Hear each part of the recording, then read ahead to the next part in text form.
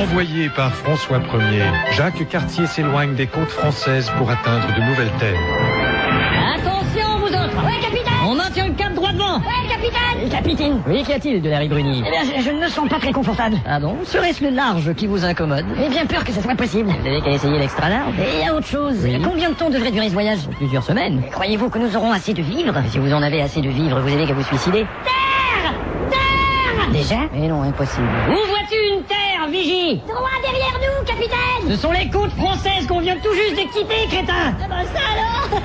Il faudra trouver une autre vigie. Une autre Vichy, une? Non, j'ai rien demandé, serveur. Capitaine Cartier, bonjour! Bonjour, aumônier.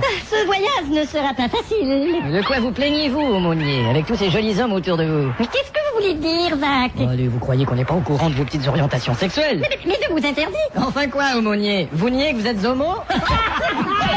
Capitaine, Oui. le roi désire que nous lui rendions compte de chacune de nos étapes. Est-ce qu'il est au courant que le fax n'est pas encore inventé? Mais je sais pas, moi, on peut envoyer une bouteille à la mer. Bonne idée, envoyez une bouteille à la mer. D'accord. Une boîte de chocolat au père. Oui. Et foutez-moi la paix. Oui. Autre chose? Ah oui, je voulais vous dire, Ouais. j'observe le comportement du grand mât.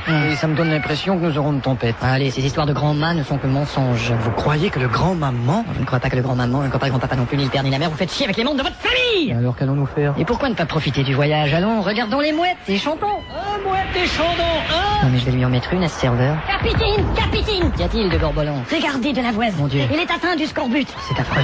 Il n'a plus de nez. Comment vous sentez-vous, mon vieux? Il peut plus se sentir, il a plus de nez. De la terre bonne? Ouais, En gardant tout votre calme. ouais, Annoncez aux compagnons qu'il y a un cas de scorbut à bord. ouais, Mais attention, gardez votre calme. ouais.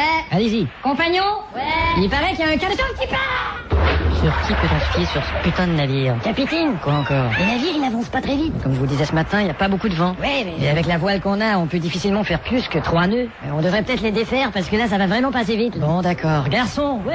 vous pouvez défaire les 3 nœuds qu'on a fait dans les voiles.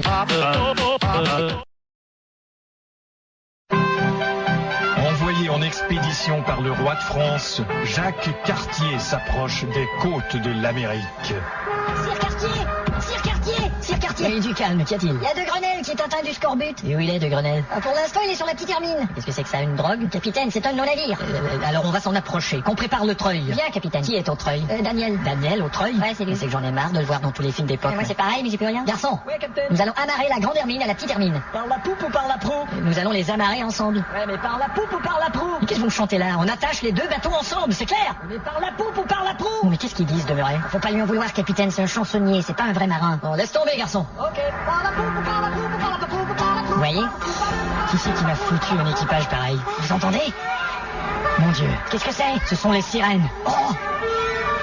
Attention tous, bouchez-vous les oreilles tout de suite! Quelle tentation! Leur charme est irrésistible. J'ai toujours rêvé de caresser une sirène, moi. Je vous le conseille pas. Non? Ces histoires de caresses avec elles, ça finit toujours en queue de poisson. Il paraît, ouais. Vous avez entendu ça, non? Vous avez entendu? C'était des sirènes, Jonathan. Vous devriez me croire, elles sont dangereuses. Une espèce d'incrédule, vous pourriez en crever. Il croit en rien, ce type-là. En effet, Jonathan, allez sonner l'heure de la soupe.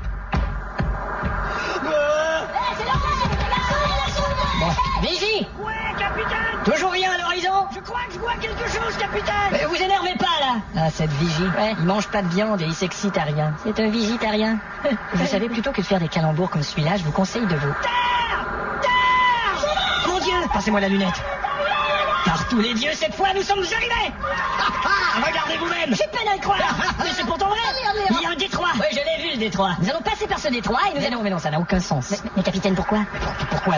Parce qu'on peut avoir la mauvaise surprise d'y rencontrer des récifs. Des récifs. Mais capitaine, vous savez très bien que le détroit est assez large. Allez, donnez-moi une meilleure raison. Parce qu'on ne connaît pas l'issue de ce détroit et qu'on risque d'allonger notre trajectoire. Mais capitaine, si on prend pas ce détroit, on va nulle part. Alors pourquoi cette décision? Parce que j'ai dit que ce que vous voulez vous faites de vos avions de pélanque, chien! Ah, ça, j'admets que je n'y avais pas pensé.